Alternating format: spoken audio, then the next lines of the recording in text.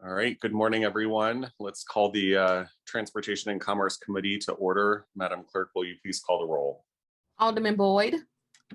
Present. Alderman Vaquero. Present. Alderwoman Navarro. Present. Alderwoman Middlebrook. Present. Alderman Ryan. Here. Alderwoman Evans. Present. Alderwoman Schweitzer. Chairman Cohn. Present. 7 present. You have quorum. Thank you, Madam Clerk. And can you also please make note that Alderwoman Schweitzer is excused for today's meeting. She told me in advance of scheduling that she would have a conflict this morning. So noted. Thank you. All right, I'm pulling up the agenda for this morning's meeting. As long as my computer cooperates with me here. Let's see the approval of the minutes, if you want me to. Sure, let's do the approval of. So make a motion, we approve the minutes of Tuesday, July the 6th meeting. Second. It's been motioned by the Alderman from the 23rd, seconded by the Alderwoman from the 28th. I don't do third seconds, otherwise it would be the Alderman from the 24th. But thank you. Madam Clerk, will you please call the roll for a vote on approval of the minutes? Sure. Alderman Boyd. Aye. Alderman Vaquero. Aye. Alderwoman Navarro. Aye. Alderwoman Middlebrook. Aye. Alderman Ryan. Aye. Alderwoman Evans. Aye. Alderwoman Schweitzer. Chairman Cohn. Aye. 7 aye votes. Wonderful, thank you. We have a number of board bills before us this morning pertaining to the airport. So we'll go ahead and get those taken care of. The first item on the agenda is board bill number 86. We have the airport director with us. I'm sure there's other staff from the airport available on the call as well. Rhonda, who would you like to have speak on board bill number 86? I have Antonio Strong, who's going to present board bill 86. Great, thank you. Antonio?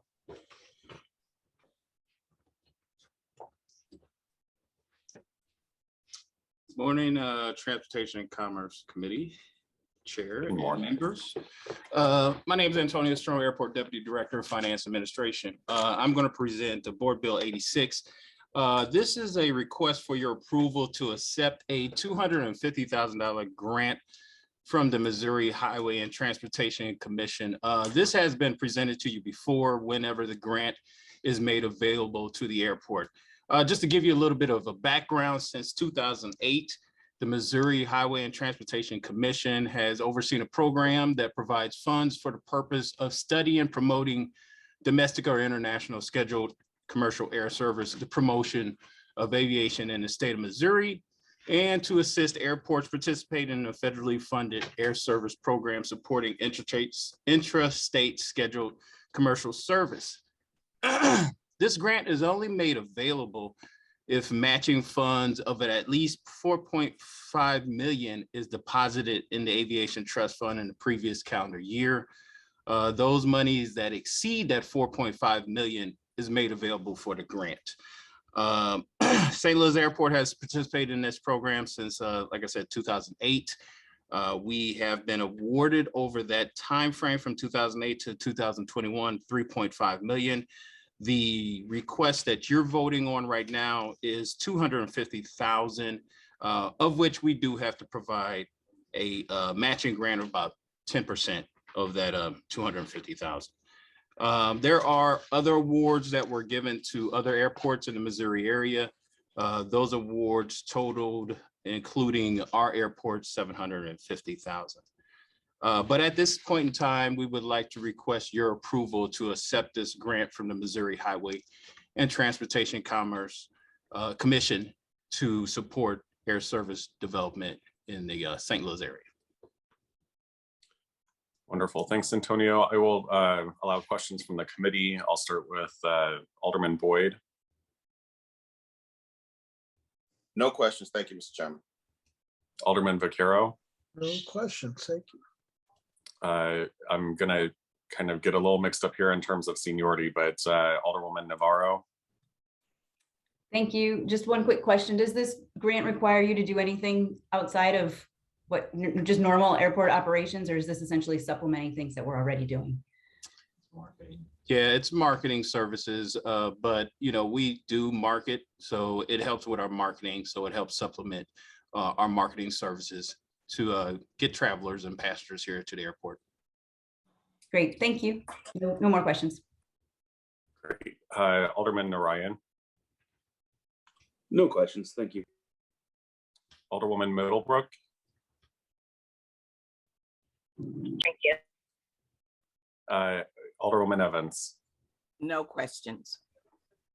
Wonderful. I will entertain a motion on Board Bill number 86. I'll make a motion. We pass Board Bill 86 out with due pass recommendation. Second. Previous roll. Is there an objection to previous roll? Hearing no objection, Board Bill number 86 passes out with a due pass recommendation. Thanks. Next on the agenda is item number 2, Board Bill number 107. And this one will be presented by Rob Salarano from our Properties Department. Wonderful. Is he in your office as well?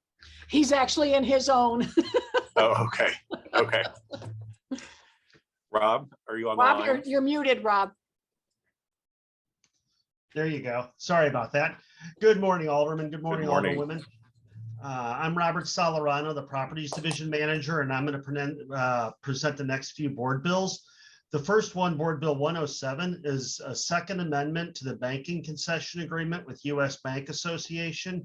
U.S. Bank currently has a branch located on the mid-level of Terminal 1, and the concession agreement also includes 3 post-security ATM locations: post-security Concourses A, Concourse C, and Terminal 2, as well as their 2 ATMs pre-security, one at the bank branch in Terminal 1 and one near one of the entrances on the lower level of Terminal 2.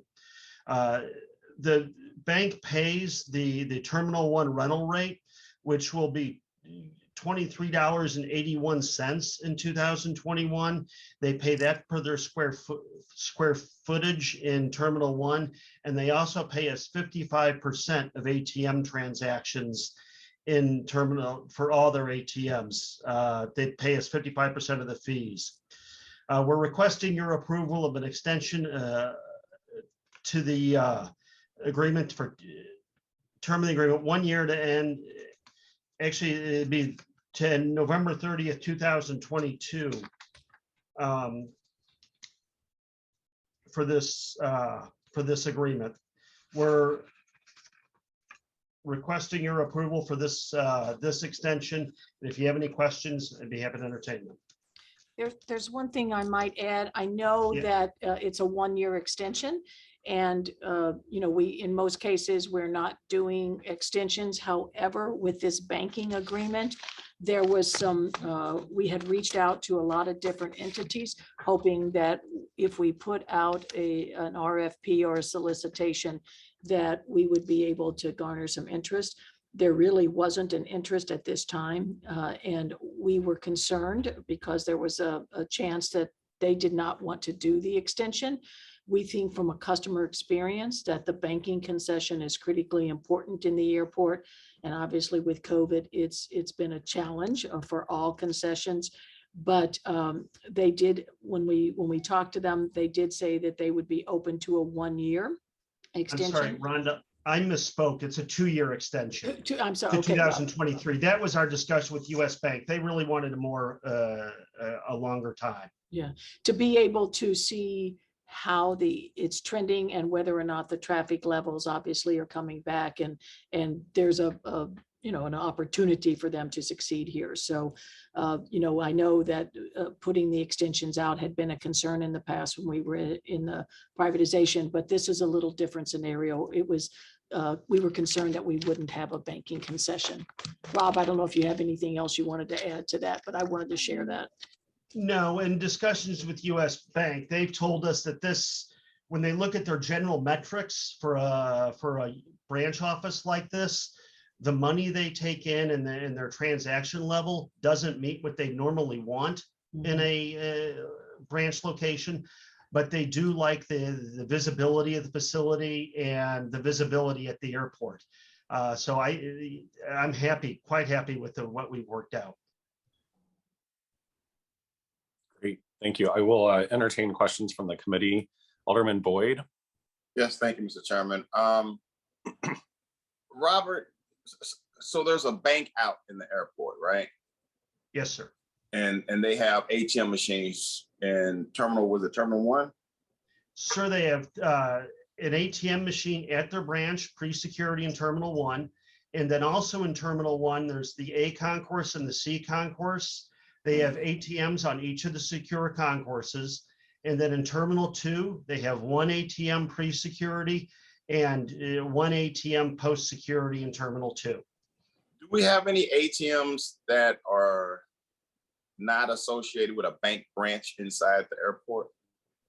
Not currently, sir. We used to have different ATMs out here.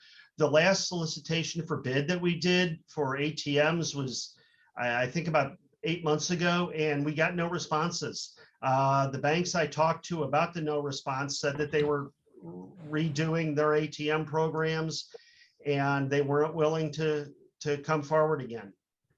Let me ask this. So, because I'm aware of small companies that have ATMs in different stores and what have you. Are they allowed to bid, or is it only a financial institution? No, sir. They were clearly allowed to bid on the ATM agreements. And I did, in fact, have discussions, and at the pre-bid meetings and things like that, some of those smaller companies did attend and just decided that they were not interested in the locations. Interesting. Any particular reason why they wouldn't be interested? I would think that most people would be more than happy to have an ATM out at the airport. In talking to the different one is that the bank has ATM, and there's a bank right next door that they would compete with, and that was the main thing that they've cited. Okay. All right. Thank you. No further questions. Yeah, often the banking institutions will have a lower fee for withdrawal than the independently run ATM systems. Next on the committee is Alderman Vaquero. Just quickly, because Rob, I always get concerned about extensions. You know, I really do. It's been always change orders and extensions that seem to go on at the airport more than anywhere. Even when I was on the commission, they'd get a bid on one thing, and next thing you know, there'd be change orders. And you know, how many major banks did we send this out to? Well, remember, so this was not even to the point we didn't solicit the bids officially, but I can tell you, I made personal visits to banks. I made personal visits to Busey, Royal, United Missouri, Midland, Commerce, PNC, First Bank. I communicated with emails with Chase, Enterprise, Simmons, and none of them had any interest in the bank. The one I got to come out here and actually met with and on site was Busey Bank, and they communicated later with just no interest. But I did market it. It's not the same. I'm going to vote for this, but I'll be honest with you. I really think that these become an issue. I think that, you know, the proper way to do it would be, you know, in enough time before a contract runs out that an RFP goes out. I mean, because it gets into the, you know, well, I talked to these different banks, you know, how do you, I don't know. I get concerned when we don't send out RFPs and we say, well, I've talked to some of the banks. You know, I got friends at different banks myself. If I went out and said, well, gee, I just, you know, talked to them, but I didn't go through what the proper procedure. I mean, I think we open ourselves up to, you know, do we have friends there? That's, you know, what, you know, why, at least in an RFP, you know, you get the sealed bids, it's a more appropriate way to do it. And I am very get concerned. I was concerned about this, like when I was on the commission, like I said, that, you know, the airport is the king of change orders and extensions. And I'm just expressing my concerns.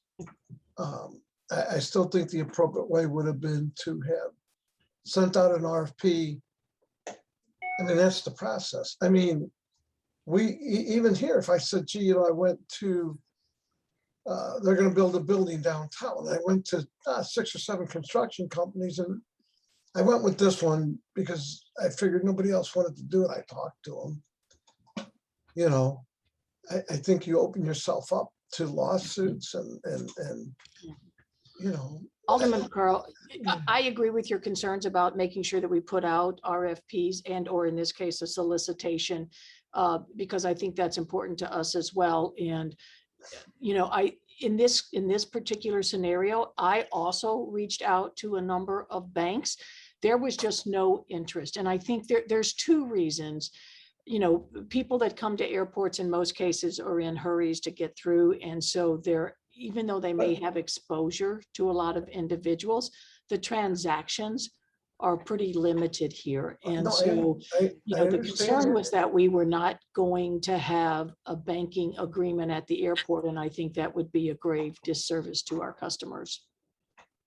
Again, I think that an RFP, you know, because again, here, you know, according to Rob, this group said, we want a 2-year extension. I get very concerned. You know, we have the appropriate time to send these things out, and I don't think that anybody's walking away. You know, I mean, I'm just expressing my concern. Whenever we choose to extend things out, it opens up a strong possibility that these could be somebody's friend or buddy or pals or personal banks, or you know, it opens us up to a lot of, again, maybe I should have went out and talked to different banks and picked one that I like, but that's why we have an RFP process. I'm gonna back off. I've voiced my concern, and I really do have concerns. This isn't like something new for me. This has been ongoing for close to 18 years. I was back on the commission that far back. Thank you, Mr. Chairman. Thank you. Rhonda, Rob, I just want to clarify here. This is for the actual concession stand. It's the kiosk. It's the bank branch that we're discussing here. It's not all of the ATMs throughout the airport. It's a bank Or branch. is it both? If I mean, it's a bank branch in Terminal 1. It's a bricks Great. and mortar branch. And that is a part of that agreement. It includes ATMs, post-security and pre-security. Sure. Now, when we But went does out it, for an is it exclusive with respect to the ATMs, or can we still have We a can always put out RFP out another for bid. ATM? Right. Okay. entirely So we're this I'm just trying to clarify, this board bill in particular is specific to the branch that they have in the airport. That's correct, right. Right. And we can put other ATMs out here, but when we did put out a solicitation for that, no one put in, which was what, 8 months ago, Rob? Because we Something can like that, do yes. additional ATMs as well. Great. Okay. So it's not an exclusive in terms of ATMs, but it is specific to the branch. So, and I have to add, you know, banks just aren't building branches anymore. They're actually trying to close branches all over, even in cities at this point. So the board bill before us, just to make it clear, is about the concession agreement for the bank branch that is at the airport. it's not, it does have rights to ATMs included in it, but it's not giving anyone exclusive authority to have ATMs at the airport. So, just to be clear for the committee members, this is an agreement, an extension of an agreement with US Bank for their branch at the airport. Okay, we'll continue. Alderwoman Navarro. Thank you. I'm learning so much this morning that I did not expect. So thank you. I think I've got this. So it sounds like if we didn't have this US Bank kiosk, it might mean that there'd be other independent ATM companies that might be interested, because then they wouldn't have the competition, but we would lose the bank branch that we have there. Correct? Okay. Thank you. I have no questions. Alderwoman Middlebrook.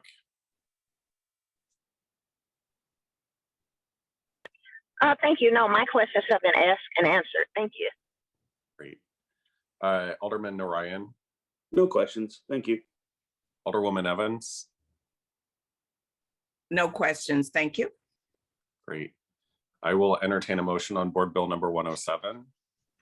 And I'll make the motion, we pass Board Bill 107 out with a do pass recommendation. Second. Reluctantly noted. In Previous roll. All right. Is there an objection to previous roll? Hearing no objection, it's been moved by the Alderman from the 23rd, seconded by the Alderman from the 24th, and do pass out of committee. I will move on to item number 3, Board Bill number 108. I believe, Rob, you said that you were going to be handling this one as well. That's correct, Alderman. We're requesting your approval of the First Amendment to the lease agreement AL 205 with the Boeing Company. If we met in person, I'd have a picture of the overhead. This is a Boeing complex on the north side of the airfield that has aircraft operations and storage. It's approximately 17 acres, including improvements. The term of the lease agreement began on May 1st, 2009 and ends on December 31st, 2034. The lease agreement currently contains 2 renewal agreement terms of 8 years each. This First Amendment, we're requesting approval to add a third 8-year renewal term to the Boeing lease agreement. The reason for the third renewal term is Boeing has stated to us that as they pursue government contracts and longer term agreements and make plans, that they need to have the manufacturing facility and what they're doing here locked up. That they can prove that they can produce what they want to produce and what they say they'll produce over the long term. Revenue to the airport is currently $227,111 annually. That rent amount does get increased on a regular basis by Consumer Price Index. We respectfully request your approval of this First Amendment to lease agreement AL 205 with the Boeing Company. I will add one additional comment, if I may, Chair. This property sort of sits in the middle of all the rest of the Boeing facilities. It's a unique piece of property that the airport still retains. But from an opportunity to go out and lease to anyone else, this makes no sense, because it is totally surrounded by other Boeing buildings that are owned and operated by Boeing. So it's kind of a unique little pocket that we've continued to own because we like the lease revenue, but there really is no opportunity to do anything else with this property. I'm just curious, is there anything that prevents us from leasing it to one of Boeing's competitors, just out of morbid curiosity? Well, I don't know that there's a competitor. No, there's no restriction from that. I don't know that there's a competitor for Boeing in town, I guess. And it's, if you look at the overall campus that Boeing has, it's a small piece. It's not, I don't know what the percent is of their total campus, but it's pretty small. So no one, I just don't see the advantage for anybody else to come in, because it's not enough to put large manufacturing. It's a piece of their overall operation that allows this additional setup. So it wouldn't be enough of a space for a large operator to come in and just operate on that 17 acres. I mean, I was thinking more corporate espionage if Lockheed Oh, Martin okay. or General Electric wanted to. Sorry. Really awful joke. So I'll entertain questions from the committee. Alderman Boyd, No questions. Alderman Vaquero, This is an extension, actually, I agree with, but Rob, I'm very familiar with that. But when the increase in the third 8-year extension, are they into their first or second one right now? And then Sure. what is this new increase going to be into the third? I know you're talking about cost of living, but what is the third increase? And where are they at now? Are they in their first extension? No, sir. They are still in their initial term, which goes to 2034. And then the CPI increase, that's every 5 years of the term of the agreement. We have a formula that's laid out in the lease that we look at the current rate and the consumer price index to the month before the 5-year anniversary. And we send Boeing a letter with the formula in it, and then we increase the rent for the next 5 years based on that consumer price index. So they're still in their first one, which goes to 35, you said? 34. Sir, 34. 34. And this will take them 8 years past that, so we'll all be dead. We won't know. What year does this take it to? I'm trying to figure how old I'll be. I'm 70 now. Oh, The I'm one 67. 58. Yeah. One additional comment on that. Maybe They 100 wanted, 103. yeah, they wanted a longer lease extension within the FAA guidelines. We're kind of locked into 49 years. So this two-year extensions takes that to that 49-year mark, because after that 49-year mark, there are some additional FAA requirements. So they wanted to lock it in longer to be able to secure the facility for future production as they get these contracts. But that's the max that we would go to at this point. And we'll have to look at it at that point to see if the FAA allows us to enter into additional. No, I'm fine with this, and to that our chairman, the espionage company would have to wait, I guess, another 40-something years before. I think they might be in the space exploration by then, coming out of there. Anyway, I was just more curious, but thank you. Alderwoman Navarro, I have no questions. The director just answered mine about that 49-year limit. So thank you. Alderwoman Middlebrook, I have no questions. Thank you. Alderman Narayan, No questions. Thank you. Alderwoman Evans. No questions. Great. Director or Rob, I'm curious. So have we had any conversations around, either this parcel or others with respect to Boeing helping maybe with the old McDonnell Douglas building that's on our property? We purchased that building from them years ago. And they have zero interest in taking that piece of property back. That is a piece of property that I think ultimately we will be able to hopefully look at a cargo facility on. That's our primary hope for that because of the access to the runway and the growth of air cargo. So, but I can tell you over the years, they were desperate to sell that facility. It was part of the agreement the airport made back then, and they have no interest in that. They do have a requirement on the environmental side of that that's in the ground only. So if we do lease that building to another developer, there are a lot of protocols, but they being Boeing, do have responsibility for cleanup of anything that's in the ground. The ground. Okay. And we would probably need to do that before anyone started operations there, I would presume, because otherwise it would probably limit their responsibility for cleanup in the ground if people have been operating on it after they sold it to us. Yeah. Well, a lot of it happens during the construction phase. So we did have some reimbursable agreements with them in that last development agreement that we ended up canceling with the binational gateway. But there was, I don't remember the amount, but I think it was well over 300,000 or 400,000 that we actually, while they were doing some different things, looking at that, actually had agreements with Boeing where they were doing borings in the ground and stuff, and that had to be reimbursed. So it's a cumbersome reimbursable agreement, and we have lots of T's and I's that we have to dot and cross, but it does hold them accountable for doing the cleanup in the ground. Mr. Chairman, can I ask a follow-up question based off that? Sure.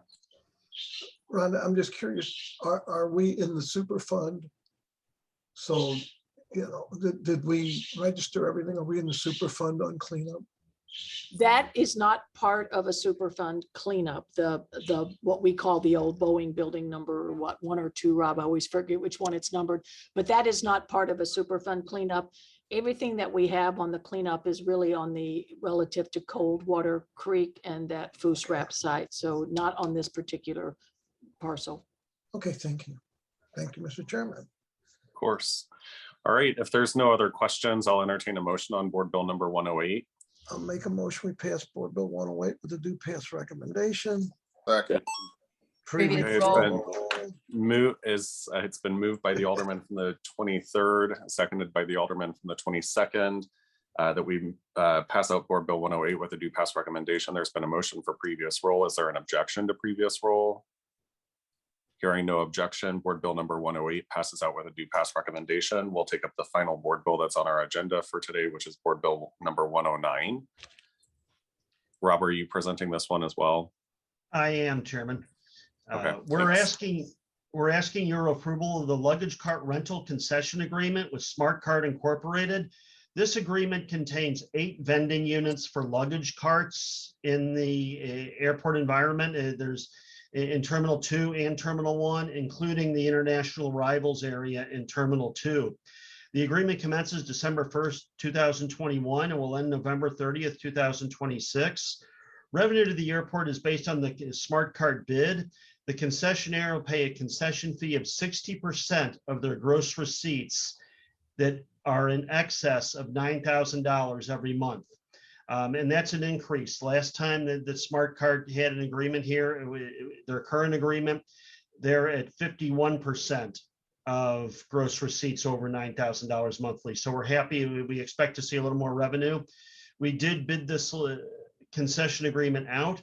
The solicitation for bid was released on June 21st, 2021. Bids were due on August 24th, 2021. Smart Cart Incorporated was the sole bidder, and they're qualified and responsive. ACDBE participation is 9.6%, and they're going to do that through Chandler, Campbell, and Daschle, which will be providing labor on the luggage cart retrieval. As a reminder to aldermen and alderwomen, the concession program for the requirements of the FAA, it gets a goal set for each concession agreement. Our Business Diversity Development Office looks at the scope of work for each concession and sets a goal for each concession based on their assessment of the community capacity to assist in the work. The concession, the ACDBE goal was actually set at 2.75%, and Smart Cart came back with participation of 9.6%. Approval required is the Director of Airports, Airport Commission, and City Board of Aldermen. We respectfully request your approval of this luggage cart concession agreement with Smart Cart Incorporated. We're quite happy to be able to continue to do this as a concession because we own the luggage carts, and they're going to pay us to operate it. And a lot of airports have not been able to do that.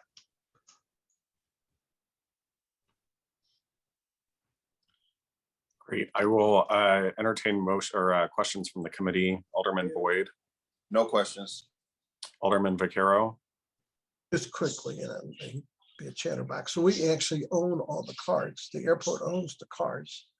and we pay a company to come in and basically, do they clean them or what do they do? No, sir. What happens is, you're right. We own the luggage carts. They own the vend units, like the point of sales service. So they manage all the transactions.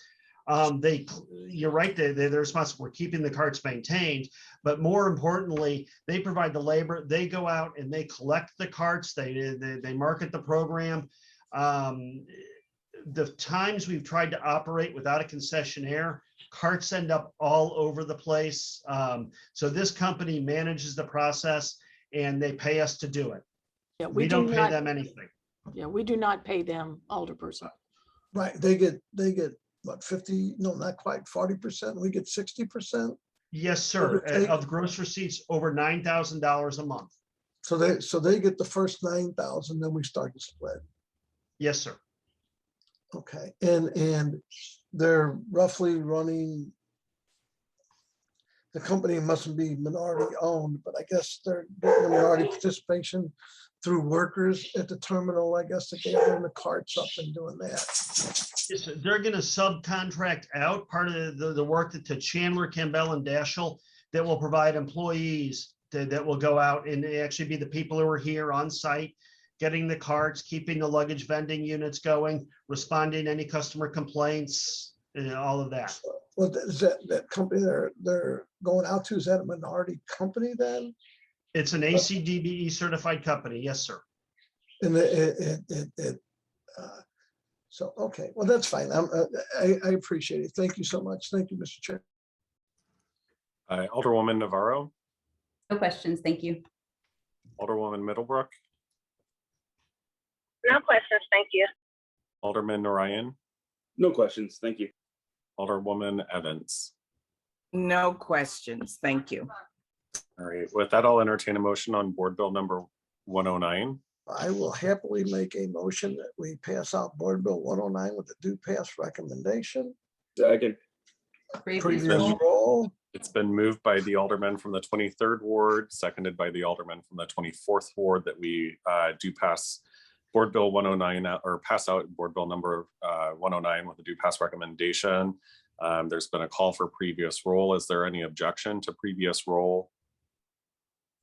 Hearing no objection to previous roll, Board Bill number 109 passes out with a due pass recommendation. That is it on our agenda for today. With respect to board bills, we have no resolutions before us. I don't personally have anything to discuss with the committee at this point in time, but if anyone else has any items that they would like to discuss, I'll open it up for discussion from members of the committee. Hearing no discussion, I don't have any future meetings scheduled at this time, but we'll certainly be in touch with members of the committee and others if there's a need for a meeting in the future. So with that, I'll entertain a motion to adjourn. I will make that motion that we adjourn. Great. All in favor, say aye. Aye. Aye. Great. Thank you all for your time this morning. Appreciate you. Have a wonderful Tuesday. Thank you.